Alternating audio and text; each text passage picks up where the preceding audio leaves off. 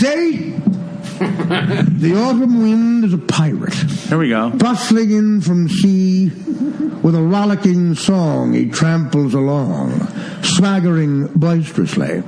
His face is weather-beaten.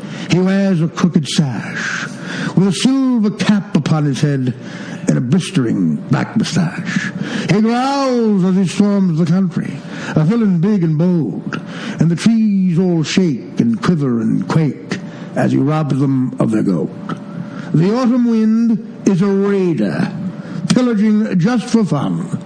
He'll knock you around and upside down and laugh when he's conquered and won. Stay strong, Dopey Nation. Rest in peace, Todd.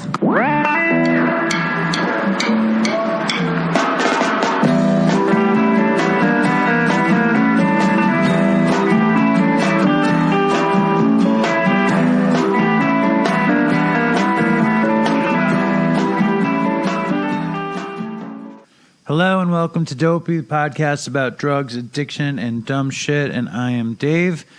I am in my house at the dining room table, flying alone tonight. Loved having Linda on last episode. It seemed like she really made an impact on you guys because that is a true story of our family and what happened and how drugs like demolished it and how recovery saved it. Which is a great story. You know, drugs do demolish lives and recovery does save them. And I am a living example of that. And the point of Dopey was to show that life in recovery could be fun. And I honestly believe that it was even fun for Chris. He just fucking got caught up. Like, I see it as this science fiction story where there's some terrible monster that here, imagine it's some 80s movie kind of scenario where some terrible monster shows up in the town and enslaves the town, and a few people wind up escaping the monster's power, and they see everybody else in the town under the monster's power, and they want to free other people. And I was under the monster's power, and Chris was under the monster's power, and we had broken free. And Chris kind of helped me break free from the monster's power, and we were free agents. And Dopey was like the underground radio, you know, sending freedom waves to the afflicted people under the monster's power. And then somehow the monster surreptitiously got to Chris, and we didn't know it. And we didn't see it, and Chris was repossessed by the monster, and it killed him, and it makes me incredibly sad, and it makes me angry.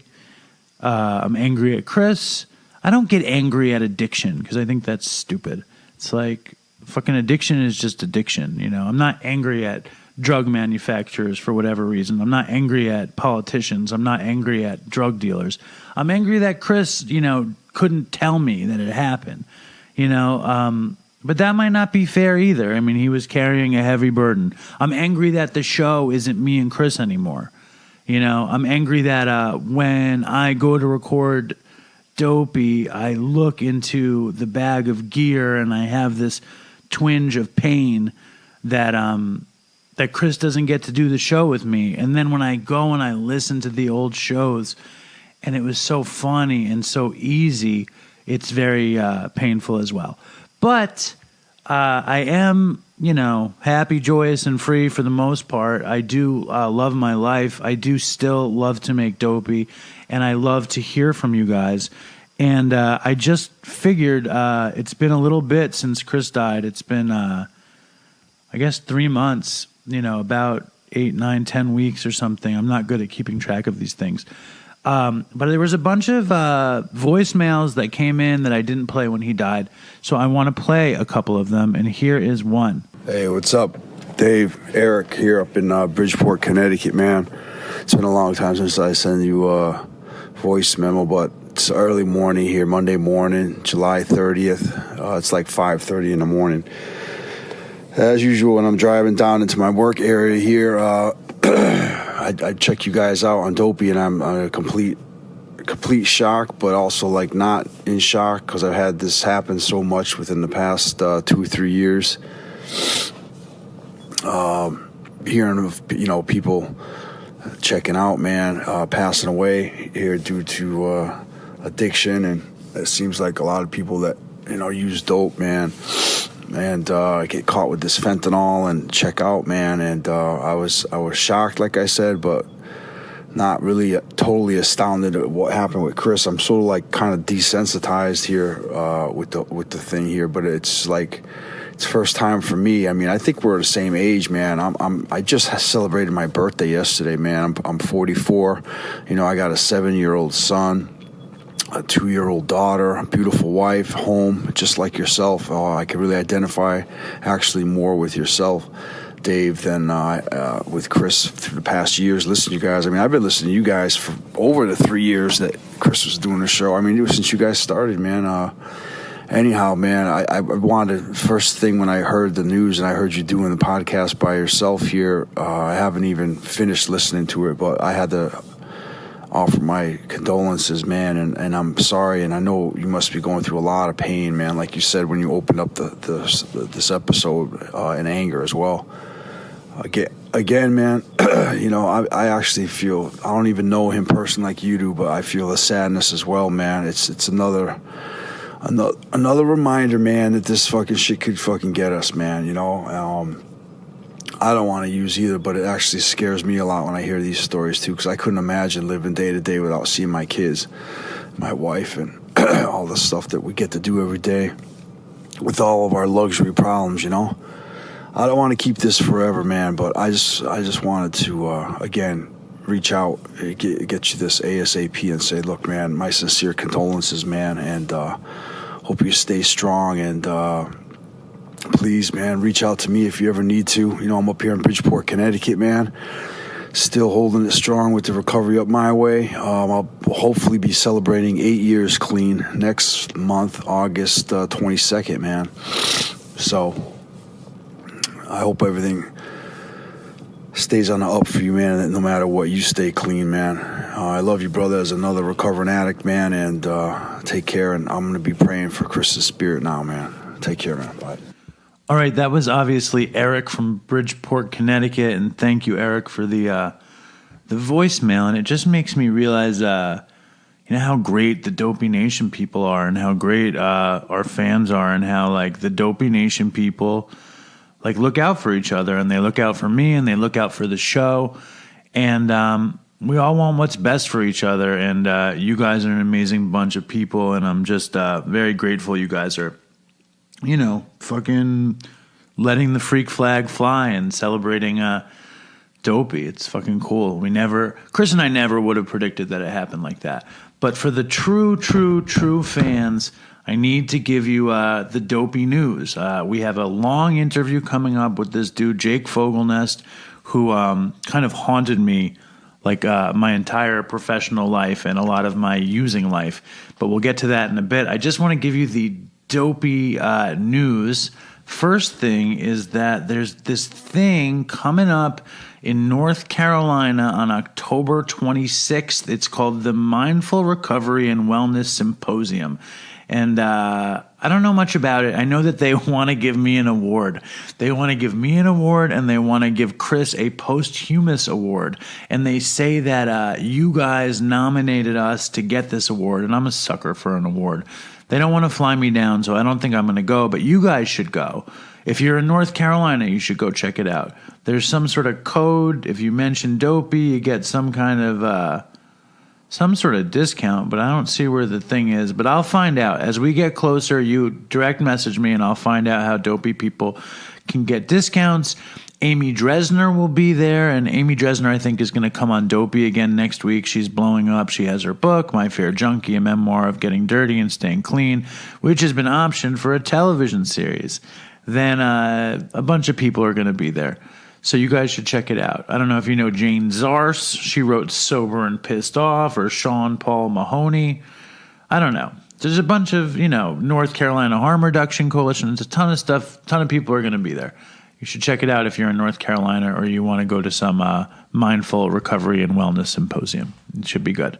Erin is the person who's reached out to me, and she seems very cool, and she wants to like participate in making Dopey bigger. So I'm trying to spread, awareness of her thing to you guys. Now, more Dopey news. I don't know if it's a really weird story. Like, I'm sure, most of you guys know that in the beginning of the episode, that was Artie at the end of the Artie Lange episode. And, I put that on there.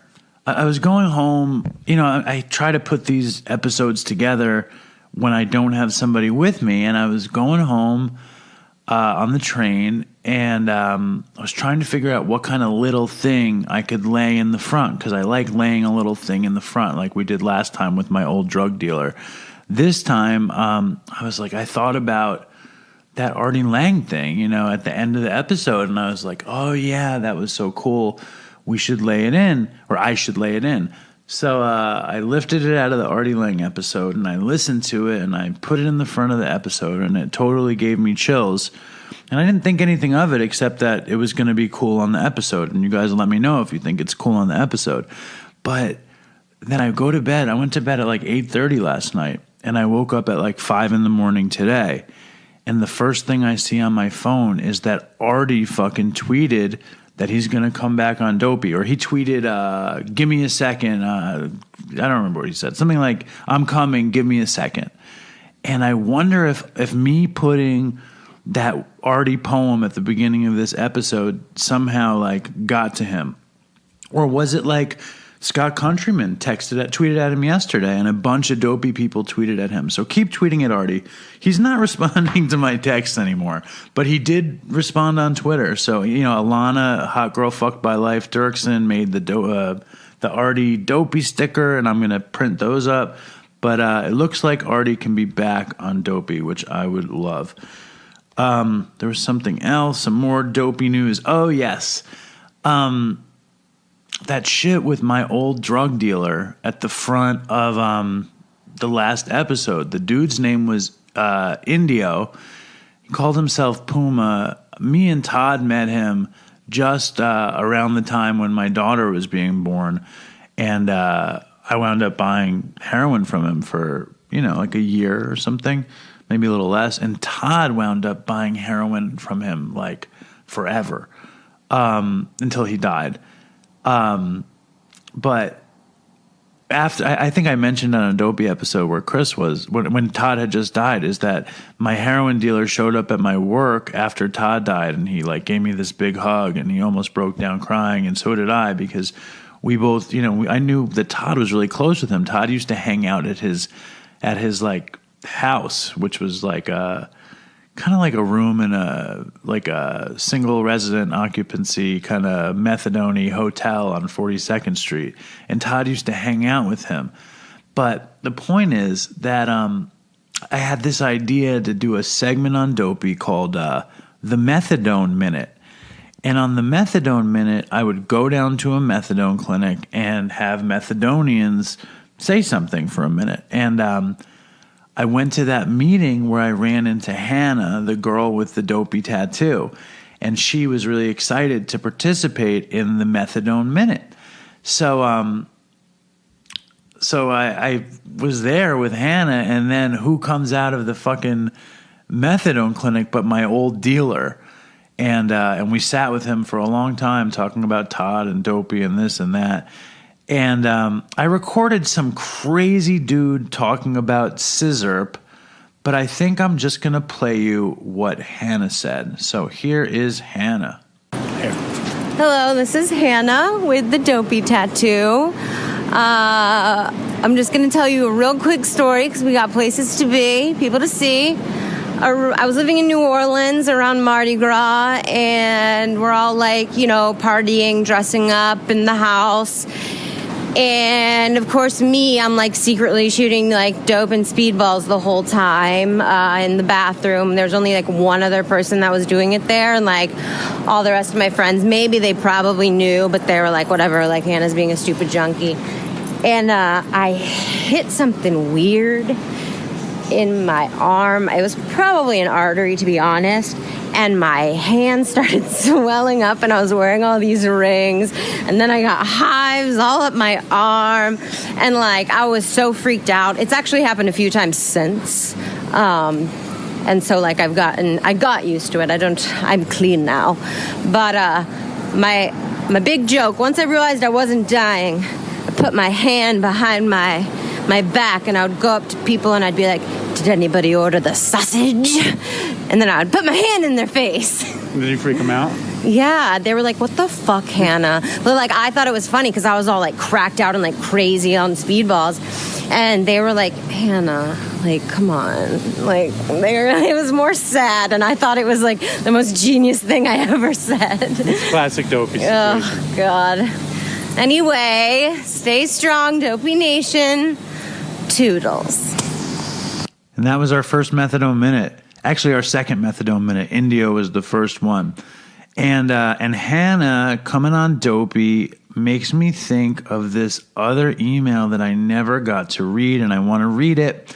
It's from this woman named MJ, who's the second woman who got the Dopey tattoo. And I'm going to read her email. You ready? Here we go. Hey, Dave. Never did I imagine I would be writing in without Chris. I discovered Dopey a little over a year ago while I kicked opiates and alcohol cold turkey in a semi-truck traveling the country. That was by far a terrible idea and didn't stick. Long story short, hopefully one day I can tell this one. I ended up using and drinking again and then ended up back home in Michigan. However, a month later I was in detox and have remained clean and sober since. You and the rest of Dopey Nation have helped and is it Dopey Nation or the Dopey Nation? Anyway, I always say the Dopey Nation, but you and the rest of Dopey Nation, I guess it's Dopey Podcast or the Dopey Podcast, but Dopey Nation, I don't know. You and the rest, I always say the Dopey Nation, but you and the rest of Dopey Nation have helped and continue to help me live my life in a positive, healthy, sober way. Anyway, I have religiously listened to you two since the discovering of Dopey Nation while hallucinating from withdrawals somewhere between Florida and Connecticut. You've been an inspiration and a core part of my recovery. I had planned on writing or calling in at 30 days, which turned into 90 days, which then I told myself 6 months, blah, blah, blah. However, today I'm 11 months sober after a solid 10 years of insane opiate and alcohol addiction.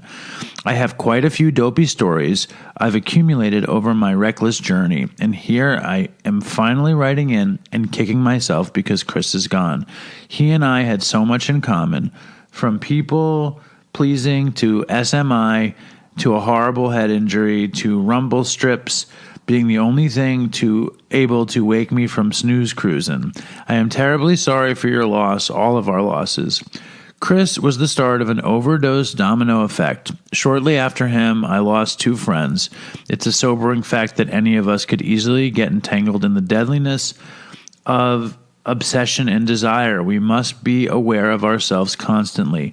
I think it's a daily practice we need to constantly be checking in on and reminding ourselves and each other. When you two said you'd pay anyone to get the Dopey tattoo, I was all in, but alas, I am a grand procrastinator. So I took it upon myself and got the Dopey ink yesterday with a toodles in memory of Chris. I'm super pleased to have this as a reminder of the fact that we can laugh at our stupidity while all the while continuing to live worthy and satisfying life without drugs and alcohol. Lastly, and importantly, before I go, shout out to Hot Wheels. I called him back in May when I was teetering on a rather thin line. He helped talk me back to the sober side. We've managed to stay in touch here and there. He's a wonderful soul. You're doing a phenomenal job, Dave. Please keep it up. If you'd like to read this, cool beans. I'm open to sharing some stories. Stay strong, Dopey Nation. Many blessings, and of course, toodles. MJ. P.S. Please don't use my last name, and I'll send another photo once the tat has healed. Thank you, MJ. I love that email, and I'm so glad that Hot Wheels was able to help you. And you and Hannah have to get together. What I need to do is put the fucking live Dopey together. Like maybe, I'd love to hear how many people would actually come. You know, I need to have a head count. And if it's like more than 100 or more than 200. We would rent a theater. I'm thinking it's not going to be that many people. So if you're listening and you think you'd want to come to New York for a live Dopey where we'd have storytellers and Dopey Nation convention and good sober fun, fucking let me know. But don't bring drugs to the Dopey convention because that would be fucked up. And the other thing I just want to say again is like, what a great thing this is for me, and what a great thing that I get to share with you guys, and how cool is the Dopey Nation Facebook group, and you guys like are amazing support to each other and to me, and you guys should all fucking give yourselves a pat on the back. I think it's super cool, and I'm honored that I'm a part of it at all. It's fucking awesome. Oh yeah, last thing before I play the Jake Fogelnest Dopey appearance. It's the feud between Dopey Nation, or between Dopey and Dope Sick Nation, or Viceland. The feud is in a holding pattern at the moment.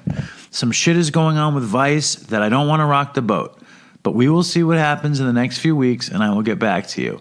So like everybody, I hope you have your weapons available just in case. But right now we are at peace with Vice and Viceland. More on the war as time marches on. All right, so here we go. Fucking Jake Fogelnest. I'm not going to talk about it. There's like a 20-minute intro on the interview. I'm just going to play it. Yo, Jake. Hello, how are you? I'm good. How you doing? What's going on? How you feel? Oh, good. Are we recording? Yeah, I just hit record. I just figured we'd see what would happen. But I wanted to introduce you and explain what you mean in my life before we get into it, okay? Okay. Because I wanted you to hear the introduction so you know what this means to me, okay? Okay. Yeah. No, I will let you talk. It's your show. Right on.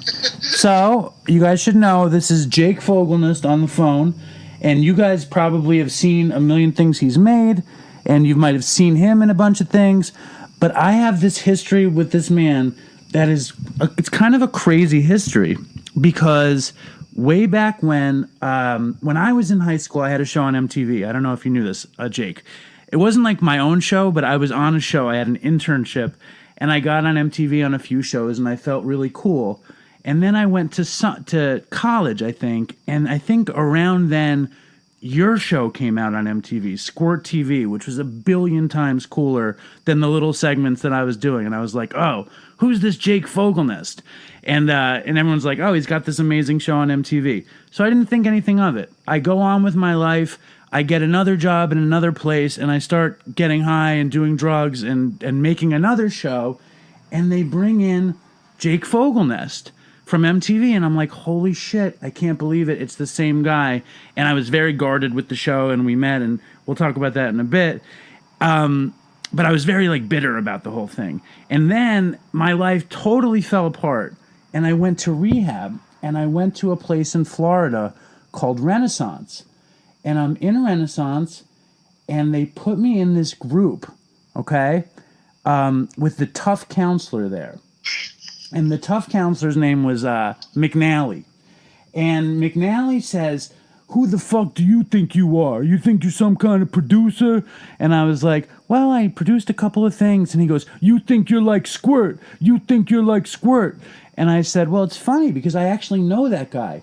And he goes, you're a fucking liar. You're like everybody else. You're a liar. If you know that guy, what's his name? And I'm sitting in the group and I'm like, it's Jake Fogelnest. And he was like, what? It was this crazy moment. And then, fast forward 10 more years of depraved debauchery where I would be someplace in a halfway house and see you on the best of the 90s or the best of the 80s, or I'd see you all over the place, and I would be like trying to get my shit together, and I'd be like, Jake Fogelnest, and he's got his shit together, and he's doing everything that I would like to be doing. And fast forward again, and I finally gotten off of methadone, and my mother's dying, and I'm on the streets of New York, and I'm walking to where I work, and who do I see but Jake Fogelnest? Do you remember this? Keep going. There's so much that you're saying that please keep going. And I don't remember the specific instance of running into you on the street. It was probably 2008. My mother was dying. I was going to work in the restaurant that I work at, and there you were. And I was still pretty strung out. I was still smoking weed, and I was probably, taking pills here and there. And I see you on the street, and you had your shit together, and you were so calm and so kind. And of course you remembered me, but like I went through the story, and you were like, "Are you okay?" And I was like, "Not really." And you were like, "Well, if you ever need anything, give me a call." And I think a little while later I did, and you took me to a meeting. And then from there, my mother died, and I met my, fiance, and we had a baby. And I would see you from time to time, and you were just this shining example of recovery. And I really always, it's funny, you're like 4 years younger than me, maybe 5 years younger than me, and I've always just admired what you do.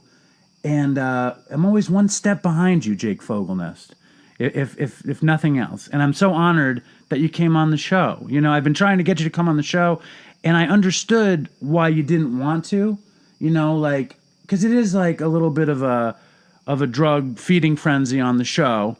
But after you heard about what we were up to, and you heard about Chris, you felt like you could just step in now, please. You could tell step in. First of all, there is so much to respond to. There's some stuff that you just said that I truly had no idea about. Back up to, first of all, everything you just said is so nice and flattering that I'm a little taken aback. You had no idea. You had no idea that you meant so much. Here a little bit. I did not. So I kind of want to just go back for a second. What did you do at MTV? And what years was it? It was in 1991.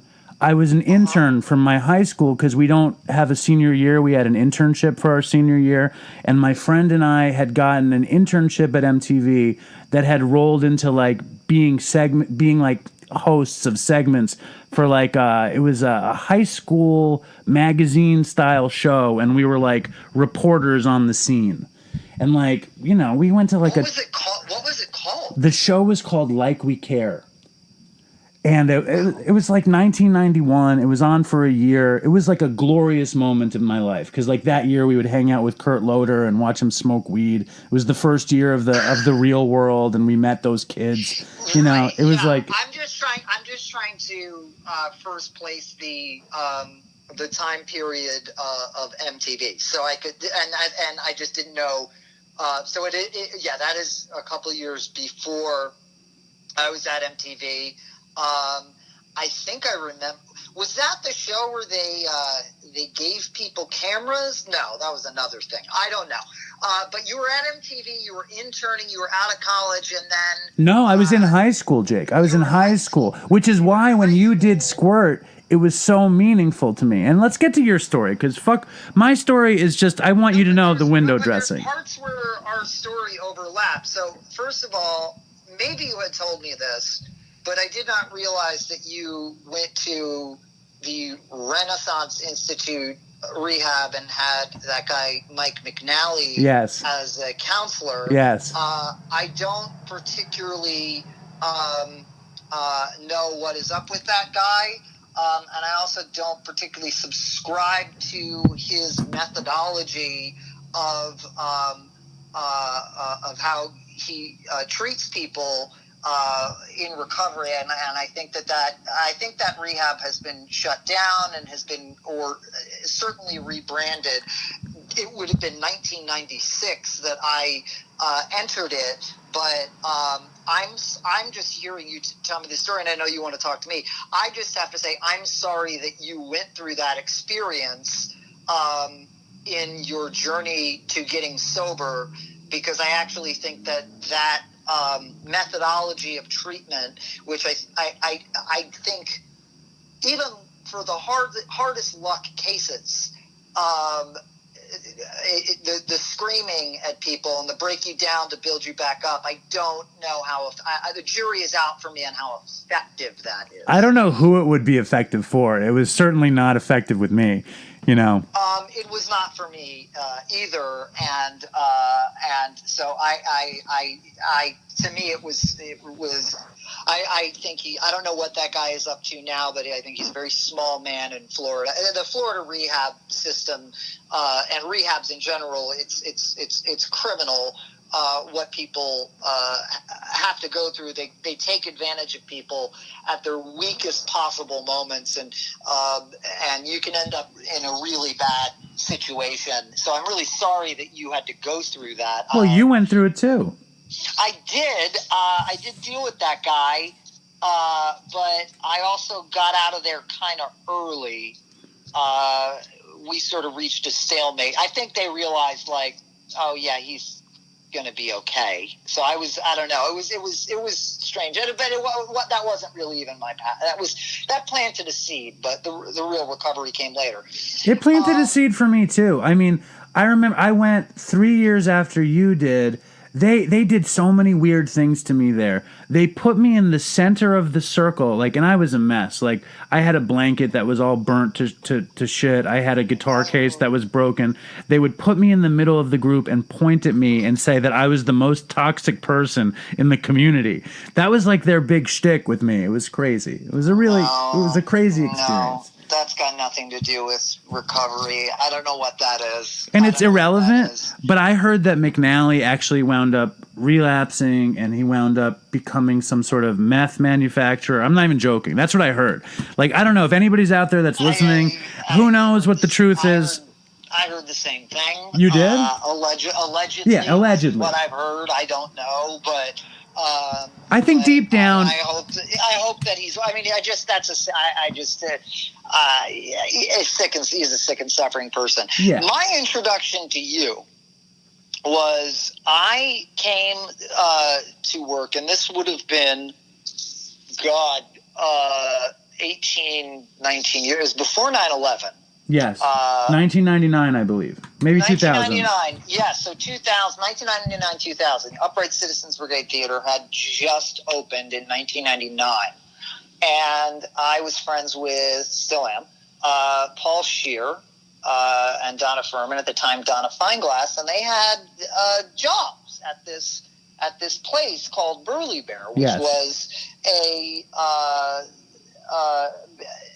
eventually, what it was, correct me if I'm wrong, but I think it was a bunch of colleges had closed circuit television setups, and Burly Bear would provide a certain amount of hours of programming each week to those colleges, so they would have something to show on their college TV stations. And Lorne Michaels put some money into it. And then I think it eventually got rebranded as National Lampoon, but I think I was long gone by then. But I worked there very briefly, and I came in because it was a job. It was it was a paycheck. It was real money for people like me and Paul Scheer who had done nothing. Right. Like nothing. And Donna was doing like affiliate stuff, and she wanted to do comedy, and she came up with a great idea for a show, and she brought in Paul, and Paul brought in you. Yeah, and it was just this sort of like, it was one of these things that I'd been a part of these things where it's like, well, this is not going to last long because the people in charge don't really know what they're doing, but I'm going to take their money. And I knew that, and I was like, I don't know, however old I was, into the 19, 20, 21. I came in and I was sort of pre-warned about you. And I don't remember who did it, but they said, yes, this is guy David, and he has some kind of show here, and he's going through some troubles. And I just remember meeting you and instantly going, he's a heroin addict. Like, it just was like so clear to me right away that you were on heroin. Yes. Which is the kind of thing where it takes one to know one. Yes. I was like, yeah, he's scratching his face, he's nodding out, he's currently on drugs. And I think I vividly remember us in some sort of stairwell, probably smoking cigarettes, and me talking to you about that stuff, and you being sort of interested in it, and but a little like cagey, but you were sort of capable of some kind of honesty with me about your drug usage, and me just going, oh, that's a bummer. And then I think I remember that you were let go. Were you let go from that job? What happened was I was so fucked up. I had the option of I just couldn't afford to get high. I had run out of money and I got really sick. And I didn't know what to do, if I was going to tell them or I was going to tell my parents that I was too sick to work. And I didn't tell them. I just checked into a detox and I told my parents. And they fired me because they had given me a big contract. So they fired me because I was in breach of the contract. You were in breach of, yes, that I remember. It's coming back to me now. I remember that it was like you had just disappeared, so your contract was sort of null and void. And they were like relieved because they had given a contract to a train wreck heroin addict. You know what I mean? Like, yes, and it was sort of, and then I stayed on there. We all kind of stayed on there until the thing collapsed. No, it collapsed after us. It was a lot of really talented people there. That had raw talent that have gone on. There wasn't a lot. There was like me, Paul, and Donna. What about me? Are you kidding me? What about me? And we, yes, we. And Brad Katz. Brad Katz is doing a lot of stuff. Why do I know that name, Brad Katz? He's a big time editor. He came up with the idea. Brad Katz, of course. Yes. Brad Katz is a huge editor. It's of course, I've worked with Brad. But there's I don't need to say their names. There's a bunch of people that were like not very good, and they're barely in the business, or if they're in the business, they're right where they're supposed to be. But I remember that, yes, now I remember you were just gone. You were gone, and I probably kept it to myself, but I was like, well, he's gone because he can't show up to work because he's on drugs, and whatever. Then that thing ended. But in my memory of that conversation, you were on drugs too. And we were standing there, but you were way smarter about it than I was, because it was not at that time, no. You weren't on drugs. Not in 1999, 2000, no. That would not come back into my life until a few years later. No, I was sober at that time. So you could just recognize the train wreck that was me, and you were like, "Thank God I'm not like this fucker." I mean, everybody could. It was.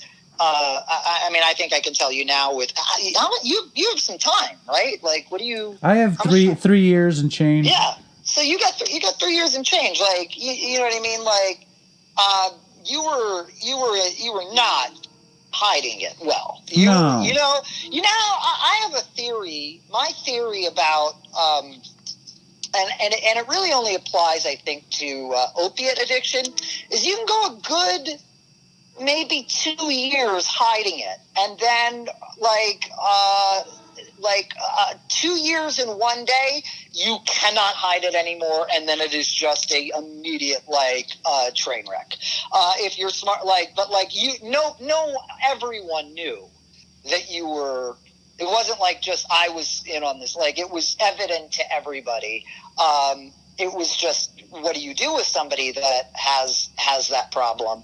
I seem to remember them.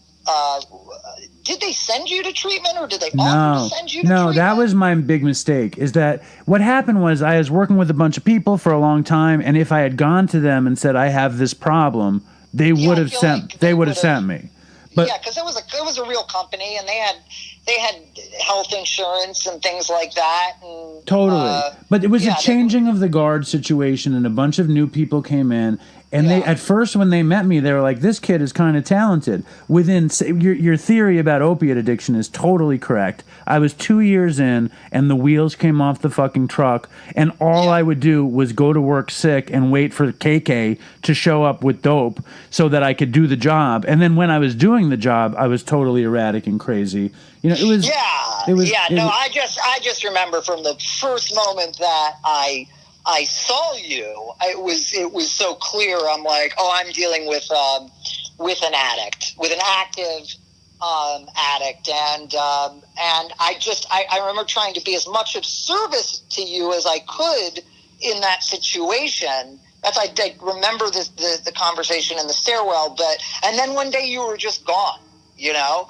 And I've run into in New York. I'd run into you on the street. I ran into you at Katz's and stuff. And the times that I had seen you after that,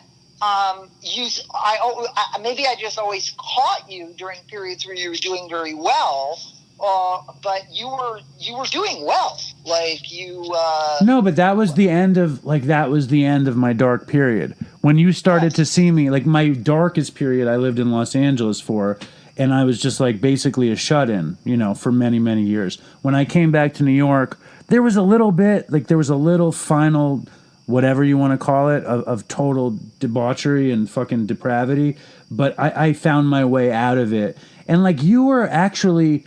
You know, as small of an interaction as we had, you showing me the kindness and taking me to a meeting and showing me that you could be clean, because I knew your legend. You know what I mean? I knew the legend of Jake Fogelnest, and just to see you succeed, it made me think. I think that's something that I could do too.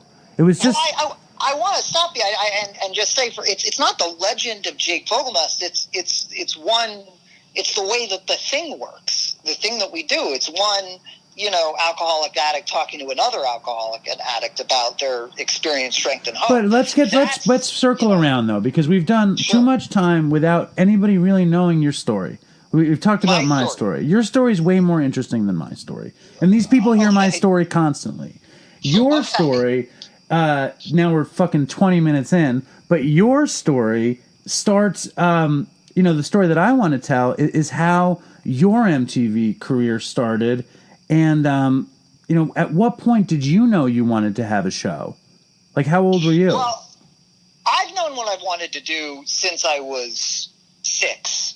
I'll turn 40 in March of 2019. I feel like I've been trying to get to be a 40-year-old television producer since I was a literal child. Me too. I finally feel like I've grown into it, and only recently. But it wasn't necessarily that I wanted to have a show. As I wanted to make stuff with my friends. The problem was at the time. I did not have very many friends. So I, you know, growing up in New York, I was very early on aware of public access television, and it, you know, which I love. It still exists to this day, and I think it is amazing. It's made a little redundant now by the internet, but. In the mid-90s, 1994, you know, basically they'll give any lunatic that fills out a couple of pieces of paperwork their own television show, as long as you know, drop off a tape. So that was something that I did. That was a classic moment in New York City cable history. We have to be clear about this. As any young person living in New York City at the time, when you would go to those channels, and they were like letter channels at the time, weren't they? They were like J and L and K. There was, you had channel C and D, and then J, and then eventually the boxes changed and it became channel 16, 17, I think 34 and 69. They've changed since then, and 23 was least access. That was channel J. That, I believe, is channel 35. It's still Robin Bird. Is she still on? I think she just reruns the old episodes. Yeah, that's what I've been. I haven't been in New York in too long. So since then, since 8 years ago, probably. No, I was there like 2000, maybe 4 years ago. I mean, I've been to New York to visit, but like I've been living in Los Angeles now for almost like 7 years. And you're living the dream. You're living that dream you had when you were 6. But we'll get there. Yeah, things are good.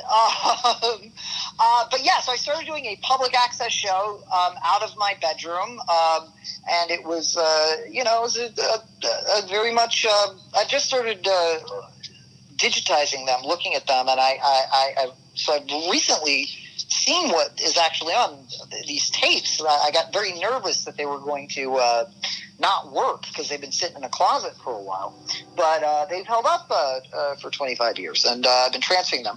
And I was expecting it to be like maybe a couple hours of interesting stuff, but no, actually it was quite good and charming. It was a show hosted out of my bedroom where I basically talked about whatever I wanted, showed some music videos, talked about pop culture, what was going on in the news, and then sometimes as the show got sort of popular, it became like a cult hit in Manhattan very, very quickly. Bands would start to come on the show, or I'd be invited places, and and then it eventually landed on MTV. Amazing. Now, yes. So, the other side of that is I was a kid. And when was the show? The show started. You were 13 years old. I was 14. So it started in '94. And it was called Squirt TV. You have to mention that so people can look it up. It was called Squirt TV, and there's some of it's on YouTube, and I'm going to figure out some sort of way. I am going to make some of it available. I'm not sure how, or it's not my top priority right now. But right.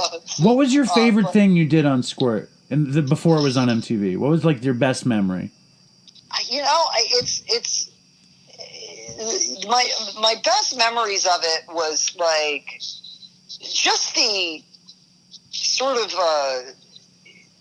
instant nature of it, of being able to come up with like a comedy idea, or something would happen in pop culture, and that I would be able to put it on a tape. I mean, it's quaint when I think about it now. But that I would be able to think of something on a Thursday and have it be on television Sunday night with complete creative control is amazing. Now everybody can do that. Literally anyone can do that from their bedroom. Everybody has a talk show from their bedroom on YouTube. It's No, but it's the same thing, Jake. It's just the difference is you had to jump through hoops to get it on. Exactly. That's my point. It was a little bit more difficult. But even people now, it's like you have to commit yourself to do it. It's like so many people are like, so you have to be good too. You know what I mean? But there was some natural instinct, I guess, that was there, and I don't know where it came from. Of just. I mean, there was certainly like a Letterman inspiration and a Stern inspiration, but I somehow instinctively knew how to like structure and format a show to keep people watching. And I don't know where that came from. I'm now I could tell you, like, but I feel like I got lucky twice in my life with my career. It probably didn't. It probably come from the fact that you watched a lot of TV as a kid. Yeah, but there's a lot of people who watched a lot of TV as a kid. But you wanted to make TV. I was the same way. I guess so, yeah. I guess so. Yeah. So I guess if you want to do it, then you're watching it through you're watching it through two lenses. You're watching it through the lens of someone who's just enjoying television, and then you're watching it through the lens of somebody who's trying to figure out how to make television. And you know what you like. You're like, I like that. That was the thing, was I had very clear, defined taste and the beginnings of what you would call some sort of comedic voice and that came across. And yes, it was successful as a public access show, and then it became an MTV show, and then if you throw that much external validation and success at a young teenage boy in the mid 90s of New York City, you have to remember what was I was fresh out of rehab just in time to see Train Spotting at the Angelica Film Center. Like, there was definitely, and I don't, and it's been interesting because I've been sober now for a while, and I feel like I've seen a couple of waves now of heroin's back, right, right, and cocaine is happening, the particular time, 94, 95, 96, New York City, was one of those times. It was one of those times. Right. It was one of those times. What was the thing? When was it never? I guess it's always the time though for somebody. Exactly. No, for real. I mean, totally. Because it's like in that time though, it was really, really enmeshed with pop culture, with music culture, with hipster culture. Chic, yeah. It was really enmeshed with that. But what led you there? What was the beginning of your addiction? Like, what was the start? You started smoking weed. What was it? No, I think the addiction begins actually way, way earlier than that. I think it begins at childhood. I remember being 6 years old and out to dinner with a bunch of people, and then it was like, it's funny, like, give the kid a glass of a sip of the wine, and then I proceeded to sneak drinks of everybody's wine. Not sneak, but just when nobody was looking. I guess that is sneaking. Yeah, that's sneaking. Take sips of wine because I liked it, until finally I threw up in the restaurant and they carried me stumbling home drunk at 6 years old. So I think I was just genetically predisposed. I had the thing that said, hey, you've got the alcoholic thing. So from the get-go, right. It's just the way my brain is wired. Neither of my parents have the disease of alcoholism. I just got lucky. Well, I just got lucky. I actually, I say that as a joke, but I say that actually sincerely as well, because there's been a lot of great gifts that have come my way because of recovery. And well, they say there are very, very few alcoholic and drug addicted Jews. I think there's only. Is that true? Well, that's what I say. There's as many drug addicted alcoholics as Jews as there are big sports legends. There are very few. That's not true. There's a shitload of junkie Jews. Lenny Bruce, fucking, you name it. There's junkie Jews all over the place. Rodney Dangerfield is some kind of drug addict. What's his face? There's a lot of junkie Jews. Forget that. Yeah, I don't. Yeah, it doesn't discriminate. And there's one thing I've learned. I think, and I'm sure you've seen it too. The disease does not discriminate. Anybody. Anybody can catch it. But yeah, no. I think the addiction stuff started very, very young, and the underlying issues of why I want, because what I was looking for when I was an active alcoholic and drug addict was I was looking to feel nothing. I wanted to turn off my brain. I wanted to feel nothing. Numbness, shut it down, shut my brain off. I was not a social drug user. I was you talk about isolating in Los Angeles or whatever, an apartment. Like that was my kind of thing. I was just like, I'm going to go home and get the drugs. I'm going to do them by myself. And I'm just going to sit here and not feel anything. But when did that behavior start to show itself? That behavior started to show itself for the first time, I think, when I was 17. That's when I ended up going into a rehab. Was that Renaissance then? Yes, that was Renaissance. The only rehab I've ever been to. What was the scenario that got you shipped to Renaissance? Well, no, what happened was I was doing my little MTV show. Yeah. And, much like you at that company, Burley Bear, maybe I wasn't hiding it so well anymore. Right. And one day, my parents showed up at my office, and they said, hey, what's going on? And you seem like you're on drugs. And the jig was up, and that was the end of everything. So I thought. It was, of course, the beginning of everything, but at the time, it was the end of everything. So they dragged me out of my little office that I had, and I was in a detox on Long Island that night. Right. And that was at the end of the show. They said, "There's no more Squirt TV. It's done. You're washed up. You fucked it up." Much like you, they were waiting for me to show up again, and I was busy. So that was how that show came to an end. You see how much we have in common? We do. We have a very, very specific thing in common. So that was, I was all washed up by 17. Right. And then what happened? Then what happened is I got very lucky. I got some sobriety, and the second greatest piece of luck to happen was that the Upright Citizens Brigade moved to New York City from Chicago. Now, when that was happening, were you going to meetings? Was the sobriety just so you went out of Renaissance and they were like, you should go to meetings every day, and you were like, I'm going to give this a try. I did the whole thing. I did the whole thing for a couple of years until 17 is very, very young to get sober. My heart goes out, and I'm impressed with anyone that gets sober at 17 and doesn't have a relapse. That is not my story. My story goes like this.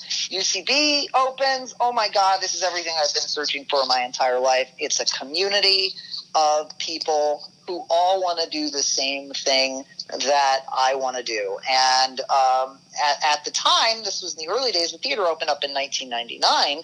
There was not many, now you think about Upright Citizens Brigade, it is an institution. There are 2 theaters on the East Coast, 2 theaters on the West Coast. There are thousands of students. We had one theater on 22nd Street. It barely seated 100 people, and I want to say there were about 100 of us. And what is amazing is that group of 100 people all seem to have found success in the entertainment industry.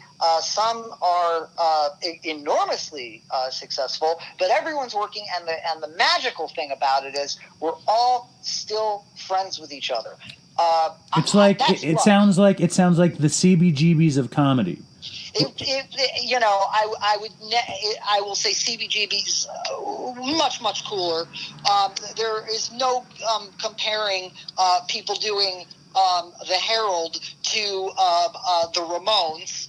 I just as a fan of Blondie and Talking Heads, I cannot put it on the same level as anything that we did. But Jake, isn't that interesting? Because I know you, and I follow what you're into, and I know what a music fan you are, and what a New York City punk rock music fan you are. Yeah. And the stories of that place are that the people who started it all went on to do something. It's like it was died. No, there's a lot of or died. We had a lot less less death. There are some. Yeah, we had a lot less death. Although there are, some of us now that no longer. It's funny because I've been thinking about it. It was the 20th anniversary of the theater opening recently, and I was like, wow, 20 years. That's crazy. 20 years have gone by. And I went back and was looking at some old journals and stuff, thinking, we did a lot of drinking and messing around. But actually, we did a lot of work. We were crazy committed. It's pretty crazy to stay up till 3 o'clock in the morning, perfecting sketch comedy to a theater that you're not sure you're going to be able to fill up 100 people. You're not getting paid. There's no guarantee that you're going to go on to any success. In the entertainment industry, it was real madness. We were doing it because we loved it. We didn't know what else to do, and we were having fun, and we got to learn and fail, and it was great. But in the midst of that, because I got sober so young, around my 21st birthday, I said, you know what? It's been a couple years. I think I have it under control. I'm just gonna have a drink. I think I can handle it. So you're with your UCB buddies. You're at the bar. Actually, it wasn't really with UCB. I think I was at another bar with just some other friends. But it was just sort of like, I think I can handle it. And you weren't thinking about dope. You weren't thinking about getting wasted. You were thinking, I can be normal. I can be normal. I think I can drink normally. And here's what happened. I had a drink, and the world did not collapse under me. Everything was pretty okay. Things did not get unmanageable. I look at it as a long, 6 or 7 year slow decline. Wow. Until it got back to the drugs and isolating and the really bad stuff, which didn't last all that long, but it got unmanageable. So the 6 and 7 year period, you're working. Was that all the VH1 work stuff then?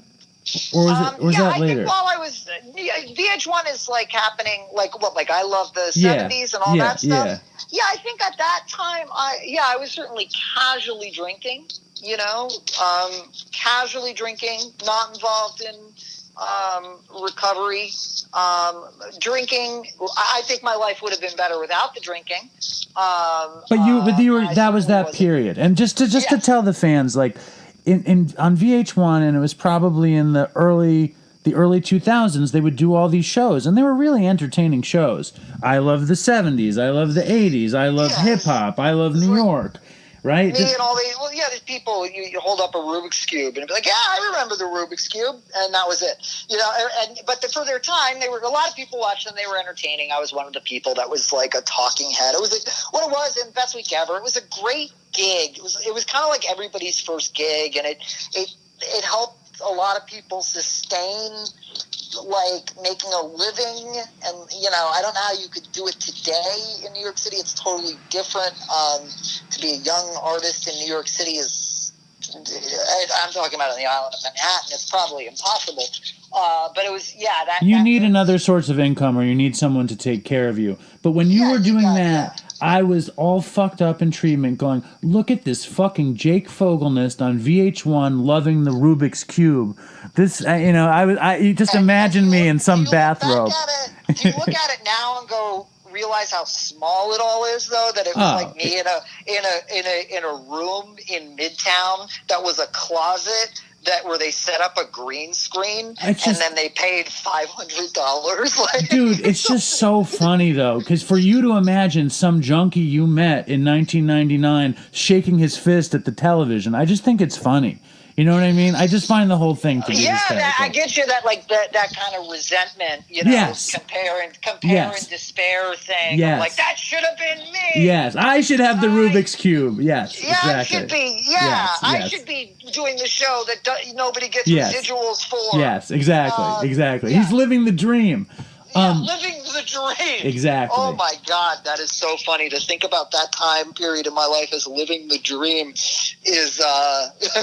That's the funny thing about this story to me. That's why, your story of recovery is obviously very compelling, but the fact that I was watching, not getting my shit together, and seeing you and thinking all these weird thoughts, it's just fascinating to me. Do you know what I'm saying? I think it speaks to you're talking about the disease right there.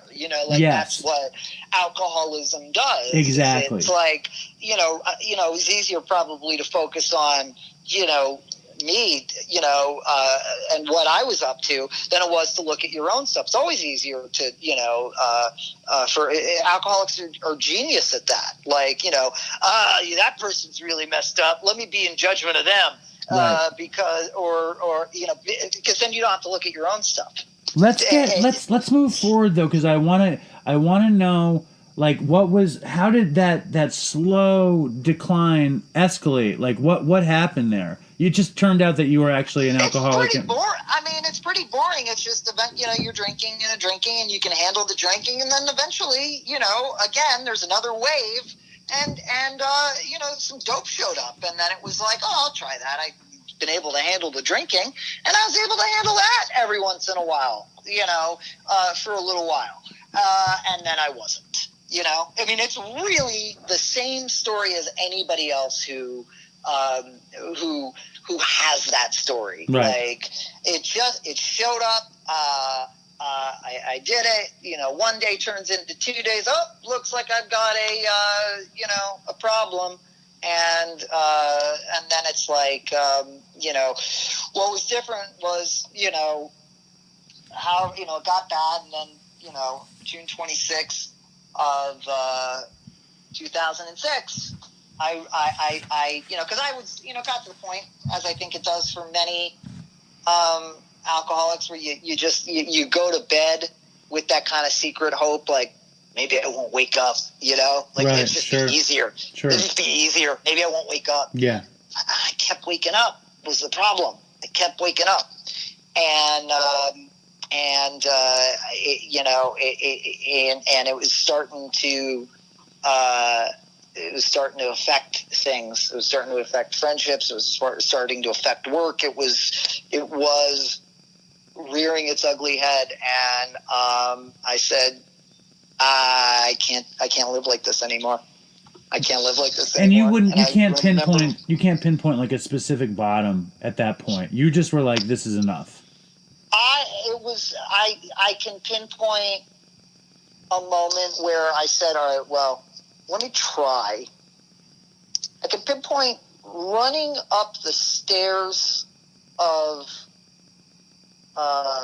the Midnight Group on Houston Street. Yeah, Houston Street. Running up those stairs, a meeting I'd been to many, many times before, and just that I had that gift of desperation that they talk about.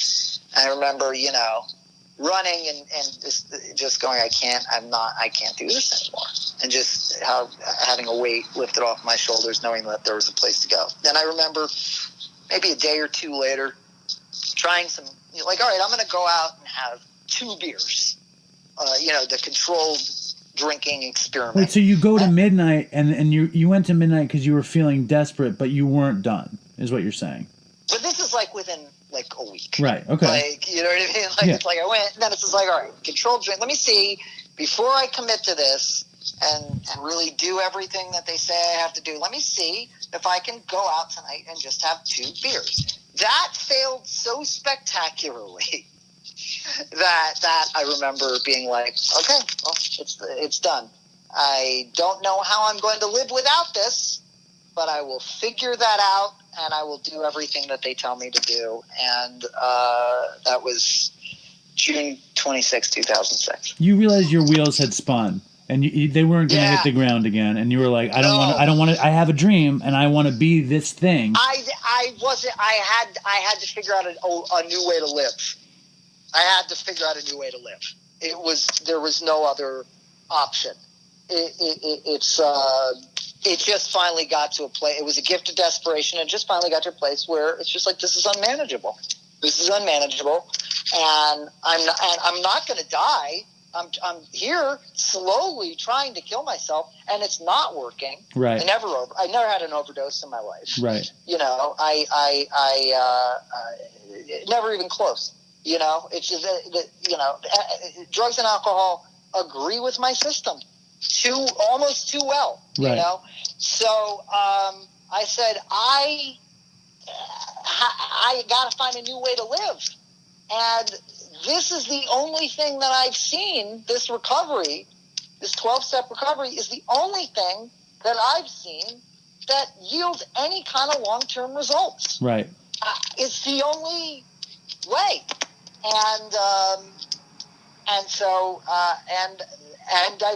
it seems to be the case. It seems to be the case. So the seed that was planted at Renaissance, like you were like, oh yeah, I remember how I got my shit together. I can do that again. Yeah, and the years that the 1 or 2 years, 17, 18, 19, whatever it was, where I, was going to meetings. I never had a problem with the program. I never, you know what I mean? I didn't like that rehab, and I don't think anybody did. And I don't think that they run rehabs like that anymore. At least I hope not. I'm sure they do. I'm sure that's it's like some parents want their kids to go someplace where they're going to get broken down because they think that's going to work. There are some cases where that you need to do that. You know what I mean? I know, I have certainly know some people that, have had a hard time, putting together, a year of sobriety or, and for people like that. But I still think there's a better way to do it, long-term therapeutic communities and things like that. I don't know. It's not. I lost you. We're back. I don't know if you want to do an edit. It's not I'm not in the rehab business, so I don't know how they're run. And then, it's funny when I talk to people, newcomers, whatever, and they're thinking about going into treatment, I get jealous of them. I'm like, wait a minute, you're fighting this idea of you get to go and for 30 days, all you have to do is worry about going to meetings and being sober. That sounds amazing. I wish I could do that. I always like the bullshit. I like the we're trapped together in the rehab. I I get to learn these stories of people. I'm really always I always like treatment because there's also food and I'm taken care of and it's safe. I like all of it, to be honest with you. I know that makes me very weird, but I always I never minded going to treatment at all. Well, yeah, I mean, the trick is what you do. I've only been the once, and it was a long, long time ago. Yeah, I've been to so many public detoxes. And I never minded going because it was always an adventure to me, to be honest with you. I always that's one of the reasons that we started doing the show, is because I thought there were so many adventures, not only in the drug taking, but in the recovery. You find yourself in places that you never would have found yourself. Now, when you started to get clean, the first meeting you walked into, you just raised your hand and you said, I fucked up. And it worked out. Yes, and that is always what I tell people, especially people that are having a hard time, relapsing. Addicts attach so much. We attach shame to everything. Alcoholics attach shame to everything in general, but we attach extra shame around relapse. Now, I'm not saying that as a license for people to go out and relapse and stuff, but to come back and raise my hand and know that it was okay and that nobody was in judgment of me, that they understood was really essential for me. Now, really, really essential. Yeah, and I mean that idea of that you can't be judged. You know what I mean? That we all, that's not the point. The point is to find the good part. You know what I mean? And to try to. The point is how do we stay sober one day at a time? Talking to each other about the thing. And I very early on, I said, I don't know why the thing works, but it works. Why the phenomenon of one alcoholic talking to another alcoholic? I don't know why that works, but it works, and I don't need to know why. It just does. Yeah, I felt this. I was incredibly resistant to the whole thing forever. That's why I have 30 years at 44, and I had many, many years out there doing ridiculous stuff. I was incredibly resistant to joining up and saying that it works. But at this point, 12-step recovery saved my life, and there's a million ways that people do this, and I don't, whatever, makes somebody happy, whatever makes somebody safe, good for them. My life was saved through 12-step recovery. and I advocate it. And also, like, I love what it does. I love that it basically, you find a broken down building, you demolish the building, you take every piece out of the foundation, and then you can rebuild because the foundation is clean. And I love that. I love that. Now, when you got clean, your whole career changed trajectories. You know, you've done so many cool things. You know, what's your favorite thing you've done? I mean, I read an interview with you today, you know, on The Fix, where you talked about your life, just that you love to be able to get up in the morning, clear-headed and right. And I feel the same way, you know, it's like, what a gift. But everybody loves, I mean, you do so many cool shows. I mean, if you guys don't know what Jake has done, he wrote for Wet Hot American Summer, he wrote for Billy on the Street, you show ran Girl Boss, Kate Cannon was the showrunner on Girl Boss. She's I ran a show, the first season of Corporate for Comedy Central. That was my first time as a showrunner. And what out of all these shows, like, do you have a favorite? Are you allowed to say a favorite? You know, to me, it's really no. I don't have a favorite. It's always what I'm working on right now, or the thing I'm about to start working on.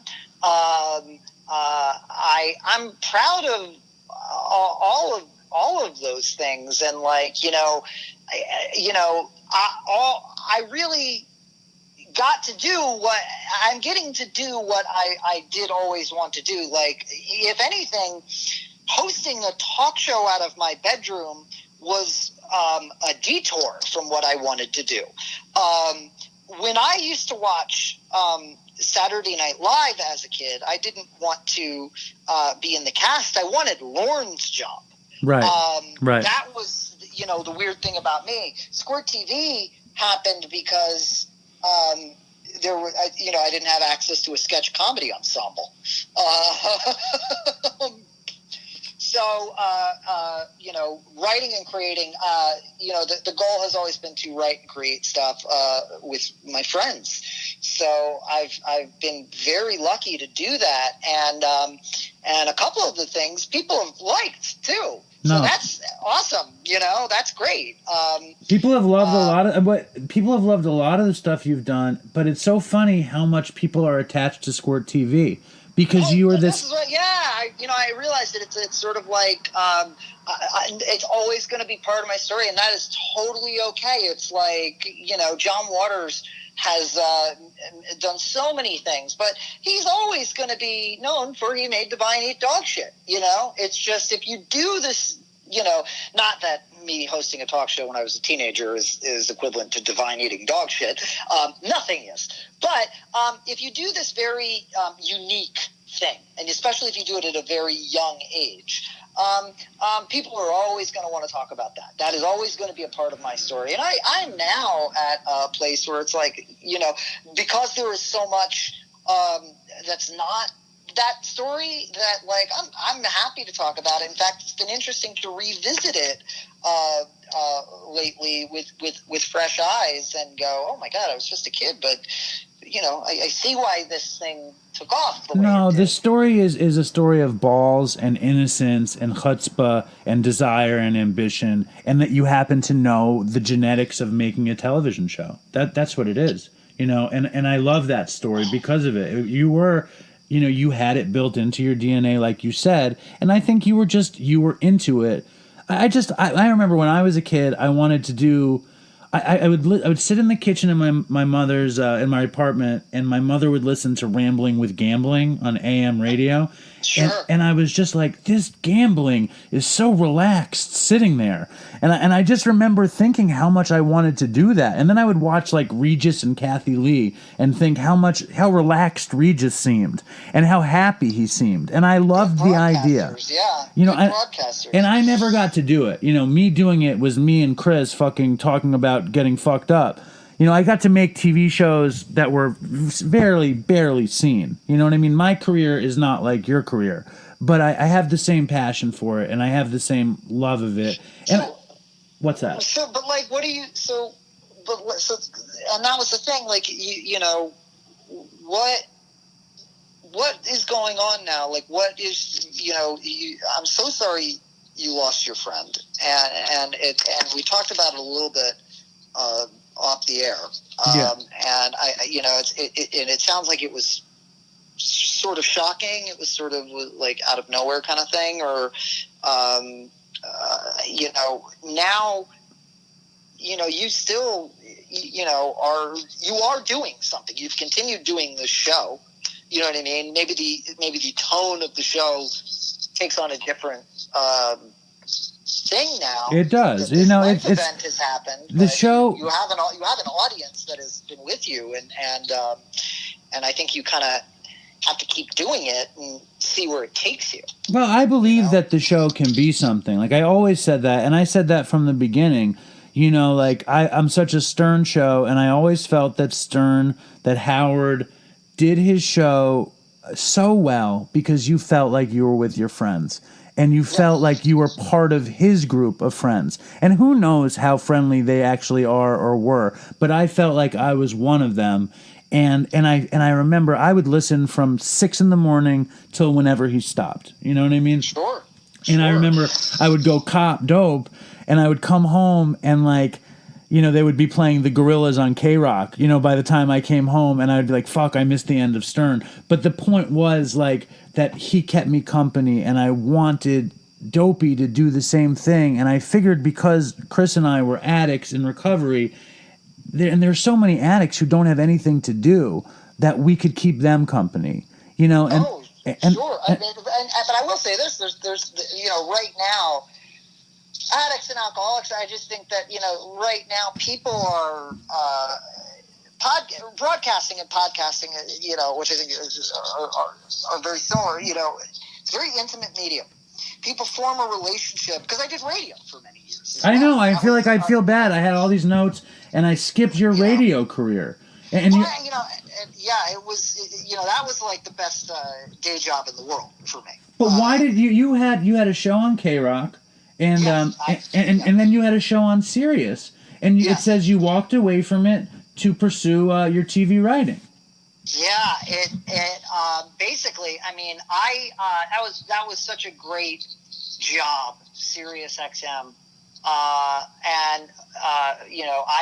I basically was just introducing songs on the radio and stuff. It's such an easy job. It's not creatively fulfilling. It became like data entry at the end for me.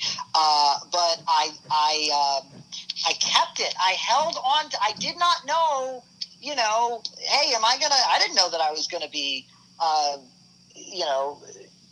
EPing a show, you know what I mean? Yeah. I kept my radio. I said to them, I have to move to Los Angeles. I said, I can do my job from LA. I know that. There's a studio out there. Would you let me move to Los Angeles? And they said, yes. And I said, thank you. So I was able to move to LA and still have the same job. I just did it from LA instead of New York. But were you doing a couple jobs at once at that point? Oh, my goodness. So I was working in 2014. There was an 8-month period where I was working at Funny or Die. And I was there all day. I was writing, producing sketches and stuff. And then afterwards I would go, and it was all the way on the other side of town in Los Angeles. I would go to the Sirius XM studio, and I would record the 2 daily radio shows that I did. For 2 channels, so those were long days. Then I said to Sirius, I said, I believe there is technology that would allow me to record this from my house. And they were like, yes, there is. Basically what happened was I said, I'm going to hold on to this Sirius XM job until I no longer have the hour in the day that it takes me to do it. Right. And I when I was writing on Wet Hot American, so as more jobs started to accumulate, I was working on Wet Hot American Summer, and I said, guys, I'm going to leave one channel. I only am going to be on one channel now. And they were like, okay. Sirius XM were so great to me. They were like, whatever you want to do, we want you in any way that you want to be here. And I had built a lot of goodwill because of my showing up because of the sobriety. I built a lot of goodwill with Sirius XM. And I said, so I dropped to one channel. Then it was like, all right, I'm only doing it from the weekends. I'm recording it from my house. Finally, I came back to New York and I was starting Difficult People. And I called them and I said, I'm sorry, I think it's time. And they said, no problem. You come back anytime. I still will go do the Stern wrap-up show when I can, and like I have a great relationship with Sirius. But I left because I no longer had that hour in the day, and the TV writing worked out, which is what I really wanted to do. So there are some days where writing is hard. And sometimes the hours can be very long. So I have my moments where I go, why did I leave the job? I worked an hour a day. I made decent money. Right. Stupid. But I don't. I don't miss it. So you don't. You never. No. Like, what's your favorite? Like, who's your? I know that you love Howard, but like, who's your favorite DJ that played music? I didn't care about that stuff. Like, you didn't have one. You didn't have like Steve Jones has an amazing show. I like Cousin Brucey. I mean radio personality who Well, your shows you got to play whatever you wanted, right? No. I was playing. I mean, I did a show like that at K-Rock, but no, at Sirius XM, I was just playing what was handed to me. I was allowed, but here's the thing: I was allowed to play. I was like, please, care. Tell us what you'd like to play on the radio. We'll play it. And I would occasionally weigh in, but I didn't really care because I stopped caring about music around 1997. So I just didn't. It wasn't of interest to me. That's what triggers it. The end of music that you liked that was coming out.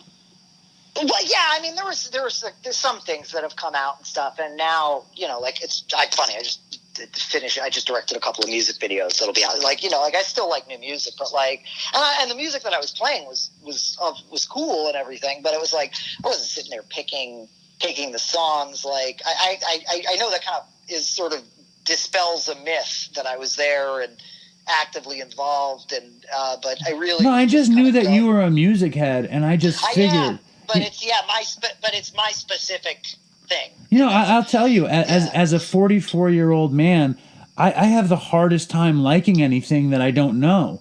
It's like I really struggle with it. Like, it's crazy. Yeah. Even it's like I need it to be perfect for me, like perfectly for me to like it. You know what I mean? Or maybe I missed something. Like, I had never heard fucking Johnny Thunders. I had never listened to Johnny Thunders until. There's good stuff there. That's my favorite thing. Is I love when there'll be something older that I've missed, right? And I'll be like, I didn't know about this, right? Oh, right. Or rediscovering something. But then there are, there's a couple new bands and stuff that, Who's good? Tell the Dopey Nation who's good. I got there's a band called Swearin', been around for a while.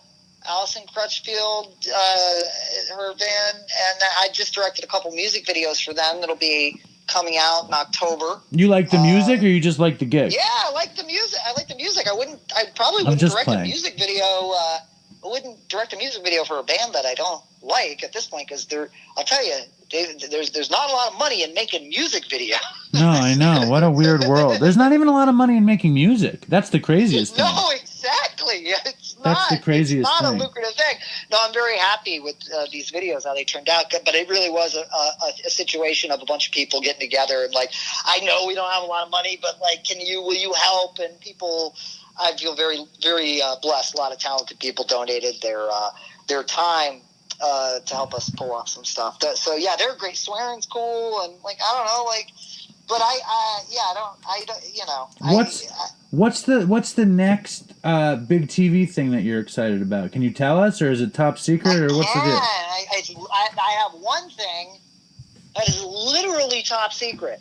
I've never worked on something that has had so much security around it that I'm nervous to even tell you that I worked on a thing that had security around it. Right. But it'll come out. I also kind of think it's fun. I reevaluated my relationship to social media, And in like March, I took the Twitter off my phone. I was just like, I don't need to do this anymore. When it's time for me to let people know about a thing, I will always let people know about a thing. But there's, one thing I worked on this year that I can't even talk about, but I'm excited about. I had fun. You know what was fun this year that I worked on was we did the. Did you see the things with Will Ferrell and Molly Shannon where they're the royal wedding? Royal wedding, yeah, we did that. We did the Rose Parade at the beginning of the year. Those have been fun. That was just pure silliness. Getting to work with Molly and Will, Andrew Steele, and are they as funny as they seem in from the couch in real life? They're fun. They're sweet. The best people ever. Like when I think about like two of the best people ever, it's Molly and Will. They really, if everybody was as cool as them, the world would be a better place. Just nice and insanely funny. The royal wedding. That thing was just stupid and fun, and a lot of fun. A lot of fun. And so the thing that you love that's coming up is Top Secret. It was just this Top Secret, and then I've got things in development, which I never want to talk about something that's not like real. Yet. No, I hear you. It's just like, but yeah, I have another show that I worked on that I wrote for that'll be out this year. All right, well, I'll let the Dopey Nation know about it when it comes out. What about like shows? Like I watched this crazy show, okay? And I really wanted to get your opinion on it. I don't know if you've seen it. And I wanted to see like what an actual showrunner, EP, writer says about something that's not good. Like, can you criticize stuff? Probably nothing. There was this show on Netflix, and I don't think it was good, but I loved it. It was this show called Insatiable. Did you hear about this show? No, there's so many shows. I feel bad. I don't know what that is. It is an insane show about this fat girl who loses 100 pounds and she becomes a beauty queen. But the premise is that she's insatiable because she just, it's like very much like an addiction. She needs something to make herself feel better. But then the show spins into this crazy, like middle-aged gay love story. Like, it's just insane. You have to watch the show and then you have to tell me what you think about it. Because I don't know why I'm into it. I just watched the whole show. I think it's because nothing's on TV right now, and I just liked it, and I feel kind of guilty for liking it. I don't like what you like. You know what I mean? Like we're at this point now where we're no longer in the business of broadcasting. We're in the business of narrowcasting. So do your thing. Like what you like. Like, I have close friends of mine. They've made entire TV shows. I haven't seen them because who has the time? Right. Like, like friends of mine. That, it used to be a friend of yours would make a TV show. You'd tune in and watch it. Right. Now, if I was to watch, and I think this would be true of anybody. Nobody can watch everything. So so I'm very much of like, hey, you like what you like, and get into what you get into. As long as enough people are watching that it's profitable. Right. That's the margin of profit. Benchmark now. We're never going to have a situation where it's rare. That's why, Roseanne, it was insane. The 20 million people tuned in. That doesn't happen, and, then she did what she did. And, that's crazy. But you don't get, nothing gets ratings like that. I guarantee you your favorite show, whatever it is, it doesn't. Nothing gets big ratings anymore. No, and that's, I think, kind of a good thing. Well, it shows that we can choose what we watch. It makes it so that there's a shitload of content and you can pick your show. But enough people have to pick your show for it to come back, because lots of shows just get one run or 1 year. Yeah, I was very, very, very happy that I didn't get corporate canceled. I was brought into that. Because Jake, Pat, and Matt, who created the show, they had never run a television show before. Now, quite frankly, neither had I, but I'd worked on a bunch of them. But they needed somebody to just guide them through the process of the first season, and then hand it off. So because there's 3 of them. Pat, luckily, brilliantly directs every episode, and Jake and Matt write the show and they star in it. It was a great situation where I was able to help them really make the show that they wanted to make, and that I didn't get it canceled. Oh, that's great news. That was great. So that's still going. Yeah, they have shot a second season of Corporate. I believe they're editing. Yeah, they're editing now, and I didn't work on it. I went to work on the secret thing that I can't talk about. But I'm very excited to see what they do with the second season. That's sort of like, and it's hard for me to think of like. I don't think I ever want to make like 100 episodes of anything. My brain doesn't think that way. I get restless. I want to make new things. Right. I'm a big fan of the anthology series, model. I like that. What do you mean? Like which anthology series? Like American Horror Story, where maybe it's like a different. You got some similar cast members or whatever, but it's a different kind of show. Right. Season. Right. Or a thing that has like a finite ending to it. We're going to do this for 3 seasons. And then we're out. Limited runs. Limited runs to preserve quality. I like that. They do it in England, and I think we're starting to do it over here in America, and I think work is going to be better for it. Right. But it's have an ending. Have an ending in mind. Right. No, that's smart. But a show I could have watched The Sopranos forever. I just could have. That you're talking about literally the show that changed and in some ways ruined television. It made television a lot harder. The Sopranos was game changing and brilliant, and yes, I could have watched it forever.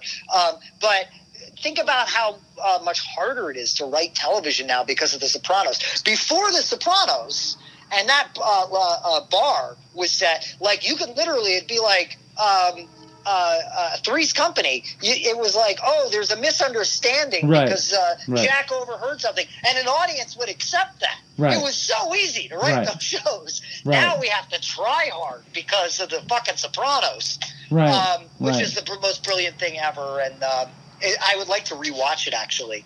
No, yeah, you have your shows that, but The Sopranos, your Breaking Bad, The Wire, but those, Mad Men, they come to an end, and then you hopefully see what they create next, Totally. I can't wait. I'm excited. I just don't think a show like Ozark is as good as a show like Breaking Bad or Mad Men, and I think it's it's a lesser show. Do you know what I'm saying? I haven't seen it.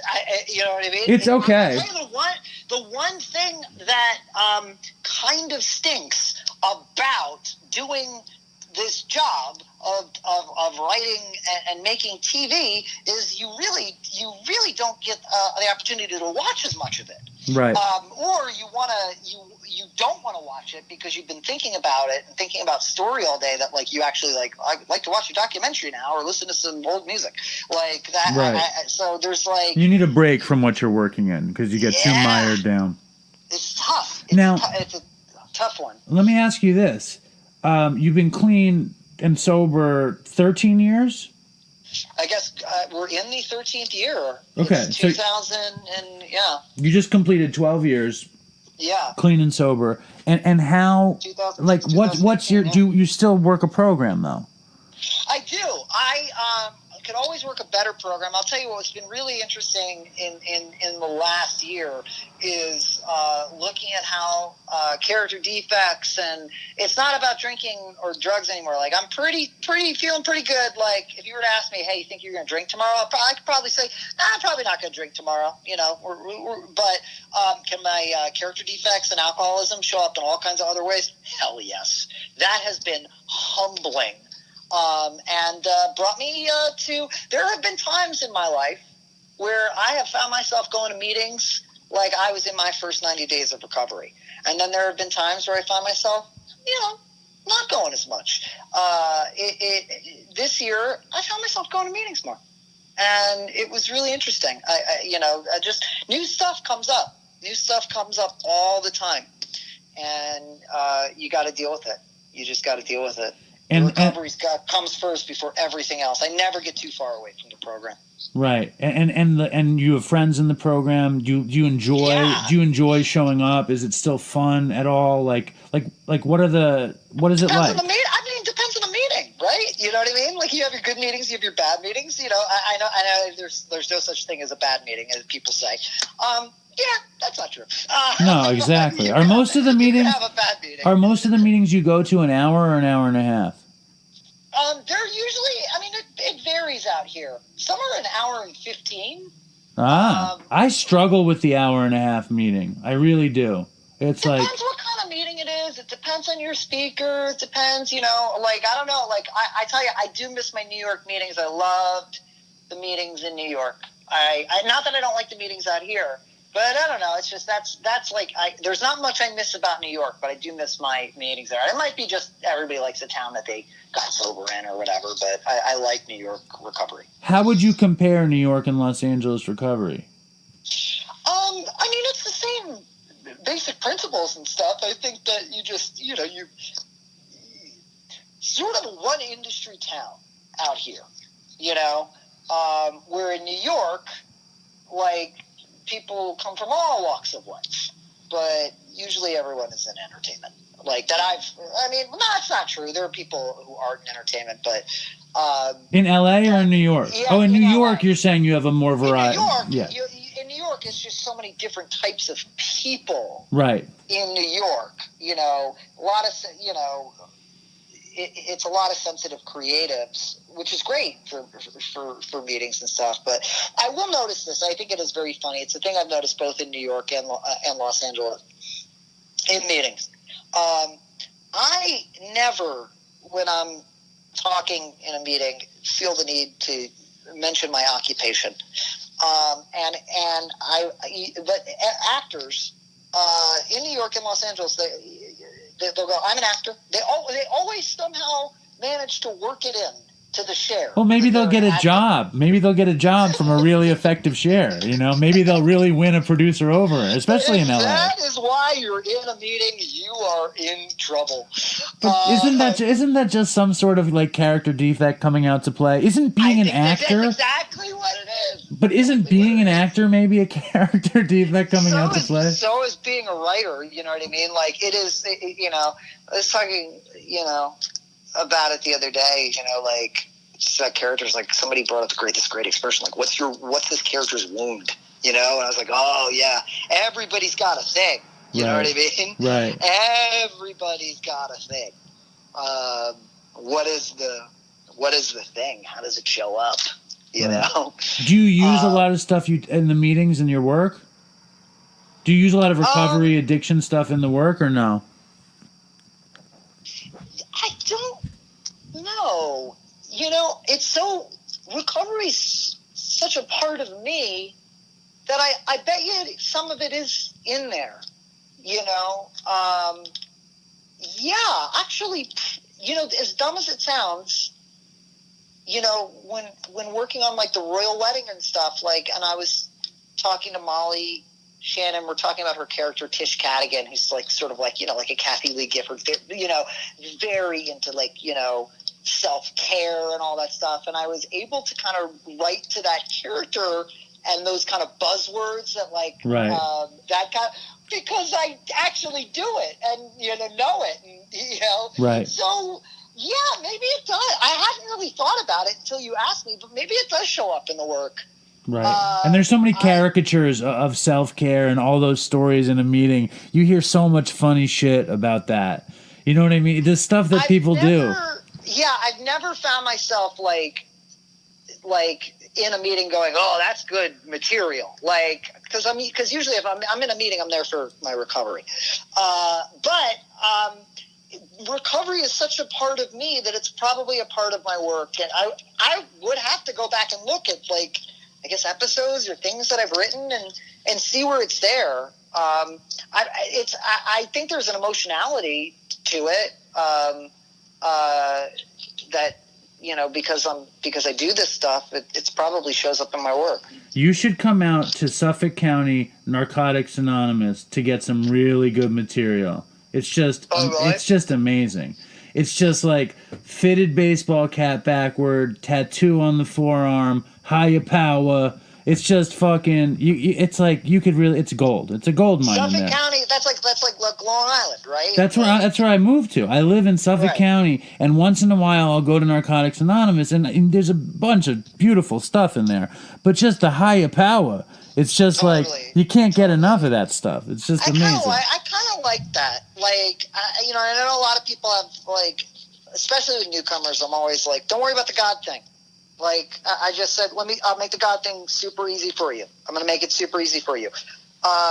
All you have to believe is that you're not God. Right. Like, that's it. Is there somebody on the planet, is there something that is more powerful than you? Because I can list a bunch of shit for you right now.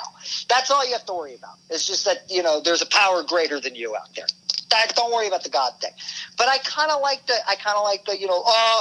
my higher. I know the kind of person you're talking about. It's an archetype of a person. I kind of like have a love for that sort of Long Island. It's a brute. It's a brute. It's a Long Island recovery brute. And those people save lives. Dumb as a rock that will save your life. Yes.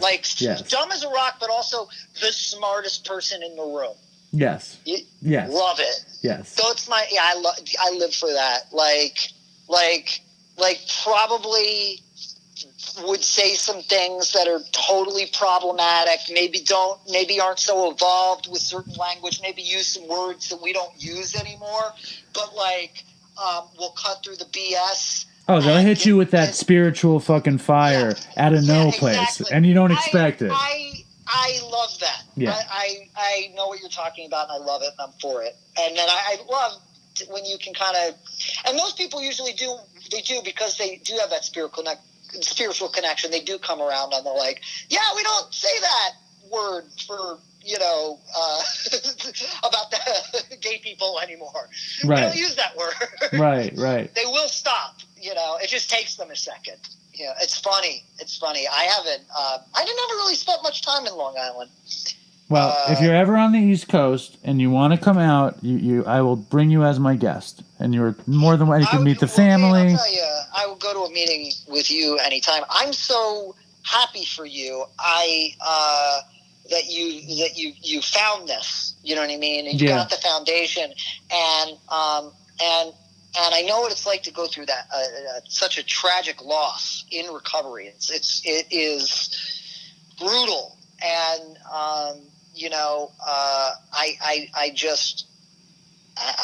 we really have an epidemic in this country, and it really, anybody that's out there and that's talking about it as a disease. And like I said, I want to, I'm happy sharing my story, but I always want to make sure if I'm telling my story that it's coming from a place of recovery. That was like my one deal. It's like I didn't put you in the spot. I stuck to your deal. No, but you did exactly. It's just because I'll say this. I got crazy stories, but they're all the same as everybody else's, really, at the end of the day. And there's probably, I hope this wasn't boring to your, regular listeners. I don't want to alienate anybody. It's just, for me, I got bored of it's not good for my recovery to wallow in the dopey, so to speak.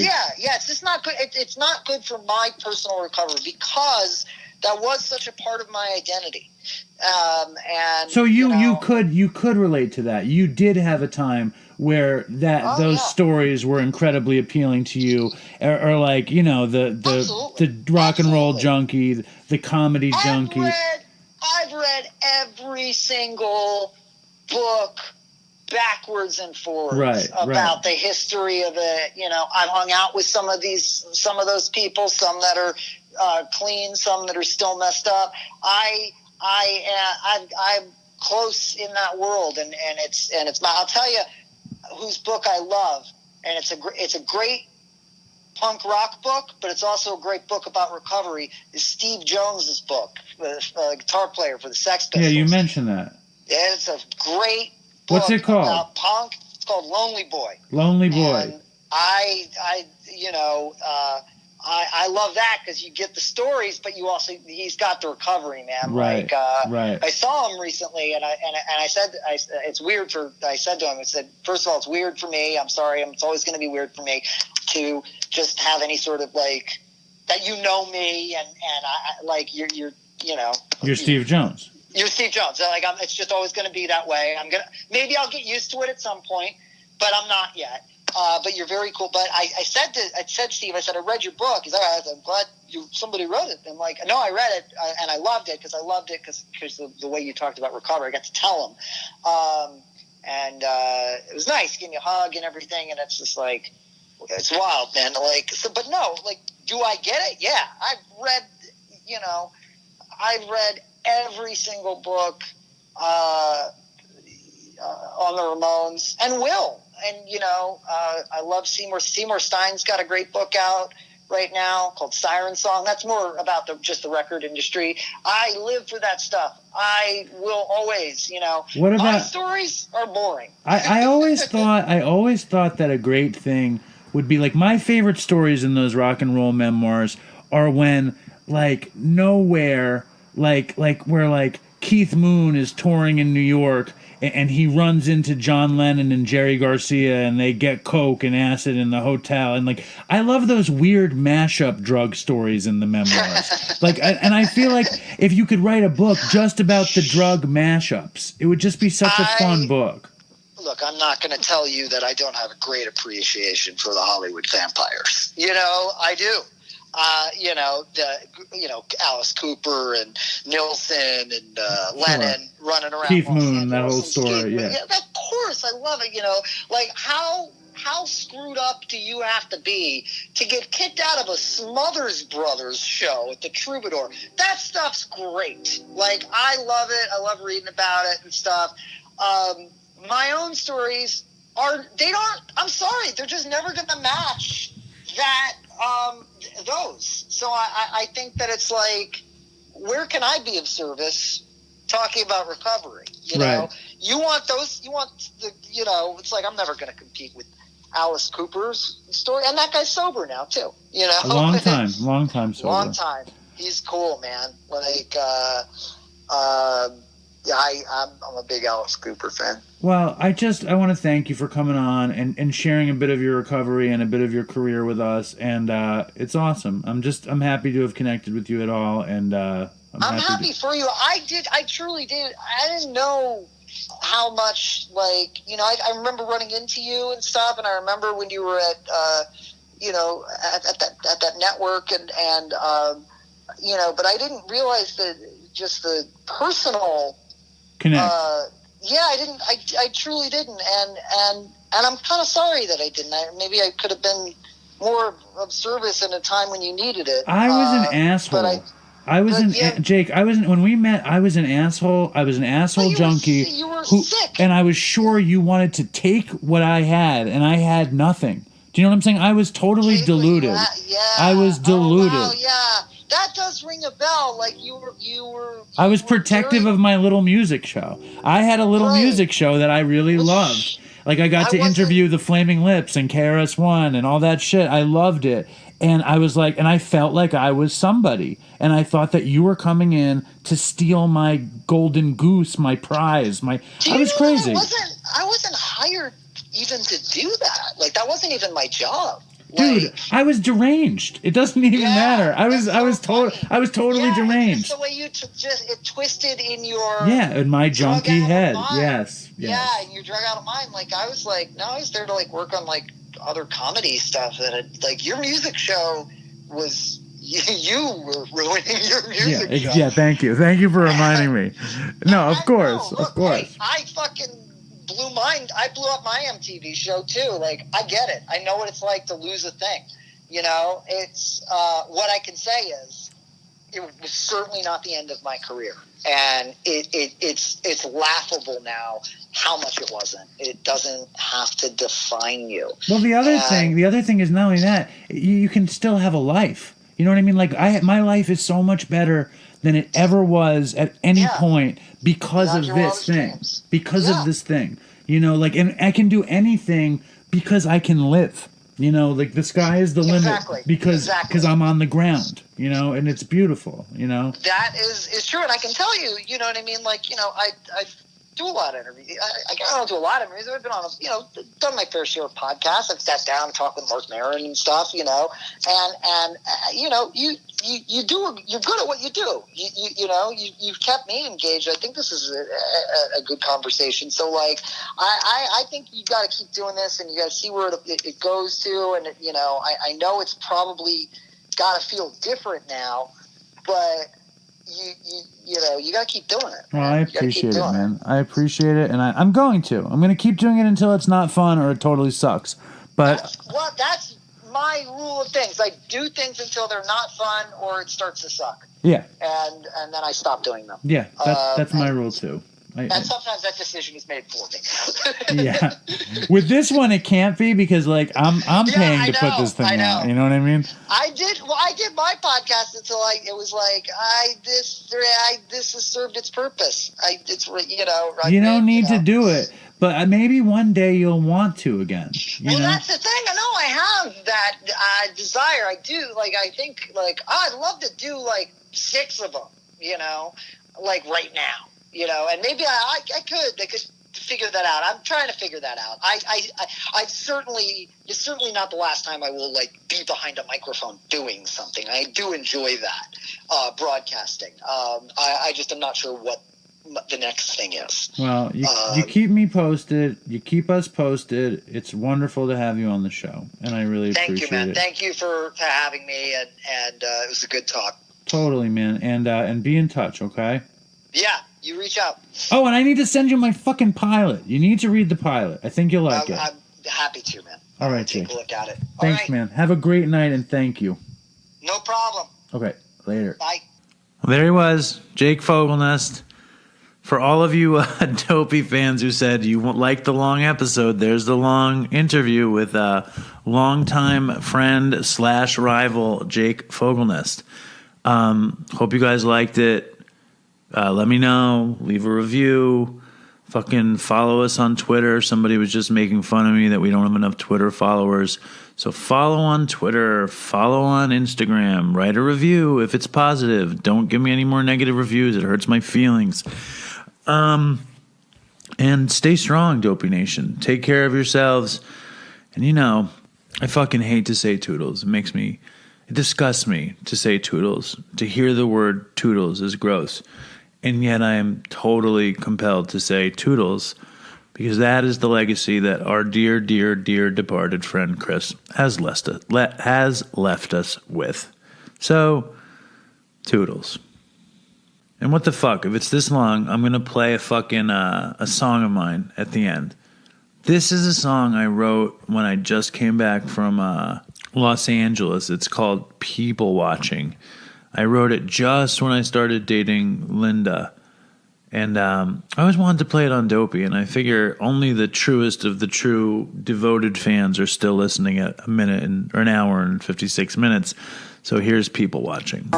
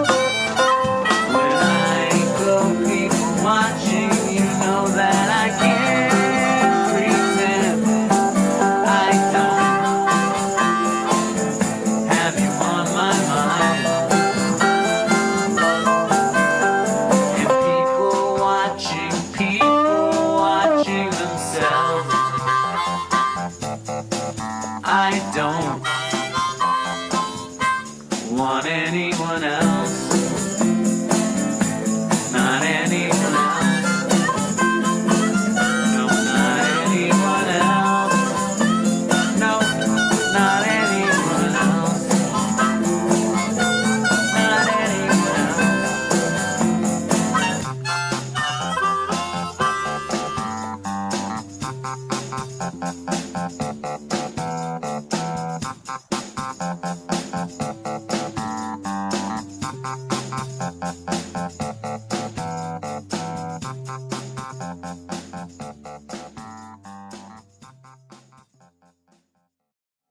I wanna take a walk around the world.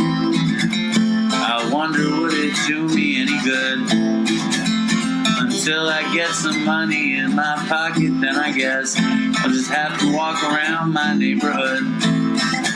But I wanna be good so bad. Wanna be so good, so bad, so bad. I wanna be good so bad. Bad desire's all I ever had. And I wanna take a ride up in the sky. Watch as aeroplanes just pass me by. And I wanna see a Lear jetliner take a dive, just to show all of these people what it means to be alive. But I wanna be good so bad. Wanna be so good, so bad, so bad. I wanna be good so bad. Bad desire's all I ever had. And my shadow's getting smaller and smaller. And it's time to know where I stand. Shadow's getting smaller and smaller. And it's time to know where I stand. And I wonder would they pay it any mind when I leave this busted city far behind. I'll take the high road, however far it winds, because peace and love are very, very, very hard to find. And I wanna be good so bad. Wanna be good so bad, so bad. I wanna be good so bad. Bad desire's all I ever had. Damn it, all these suckers make me mad. And it's all I ever had. And it's all I ever had. And these suckers make me mad, and I wanna call my dad. And it's all I ever had. And it's all I ever had. And it's all I ever had. And it's all I ever had. And these suckers make me mad, and it's all I ever had. And I wanna call my dad. And it's all I ever had. And it's